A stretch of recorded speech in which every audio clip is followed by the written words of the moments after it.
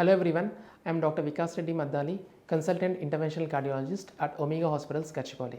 So చాలామంది నా patients coronary angiogram అంటే ఏంటి, ఎవరికి చేసుకోవాలి అని ఎందుకు చేసుకోవాలి, ఇలాంటి కామన్ క్వశ్చన్స్ అడుగుతుంటారండి. ఈరోజు నేను వాటి క్లారిఫికేషన్ ఇవ్వదలుచుకున్నాను. సో కొరోనరీ యాంజియోగ్రామ్ అది నార్మల్ ఒక టెస్ట్ అనమాట. హార్ట్కి మనకి జనరల్గా 3 బ్లడ్ వెజల్స్ ఉంటాయి. వీటిలో బ్లాక్స్ ఉంటే హార్ట్ అటాక్ వస్తుంటుంది.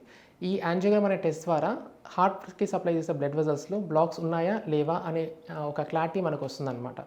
ఎవరు చేసుకోవాలి కొరోనరీ యాంజియోగ్రామ్?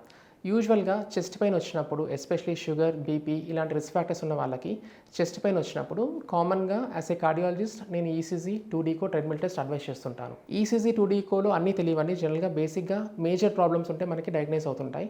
ట్రెడ్మిల్ టెస్ట్లో ఏమవుతుందంటే హార్ట్ని మనం స్ట్రెస్ చేస్తామన్నమాట. పరిగెడం వల్ల హార్ట్ రేట్ అనేది ఇంక్రీజ్ అవుతుంది.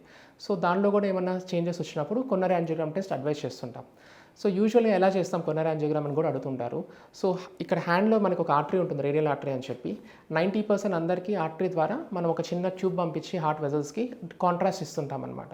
ఇలా ఇవ్వడం వల్ల జనరల్గా బ్లాక్స్ అనేది ఎంత పర్సెంట్ ఉంది అని మనకు అర్థమవుతుంది. కొందరికి రేర్గా లెగ్ నుంచి చేయాల్సి వస్తుంది. ఎవరికైతే వెజల్స్ సన్నగా ఉంటాయో, షుగర్ వాళ్ళకి, స్మోకింగ్ చేసే వాళ్ళకి లెగ్ నుంచి చేస్తుంటాం. సో ఇది బేసిక్ సింపుల్ టెస్ట్. దీనికి భయపడి చాలామంది అవాయిడ్ చేస్తూ ఉంటారు. So my request is, coronary angiogram నిజంగా అవసరమైనప్పుడు కార్డియాలజిస్ట్ జనరల్గా అడ్వైస్ చేసినప్పుడు ప్లీజ్ చేసుకోండి. దానివల్ల మనకి 100% క్లారిటీ వస్తుందన్నమాట. హార్ట్లో బ్లాక్స్ ఉన్నాయా, ఉంటే ఎలాంటి ట్యాబ్లెట్స్ వాడుకోవాలి, ఎంత డోస్ వాడుకోవాలి, బ్లడ్ థిన్నర్, కొలెస్ట్రాల్ ట్యాబ్లెట్స్, ఇలాంటి ఇన్ఫర్మేషన్ మొత్తం కూడా మనకు వస్తుంది. So take the advice of a cardiologist. Please do the angiogram test so that you can stay healthy. Thank you everyone.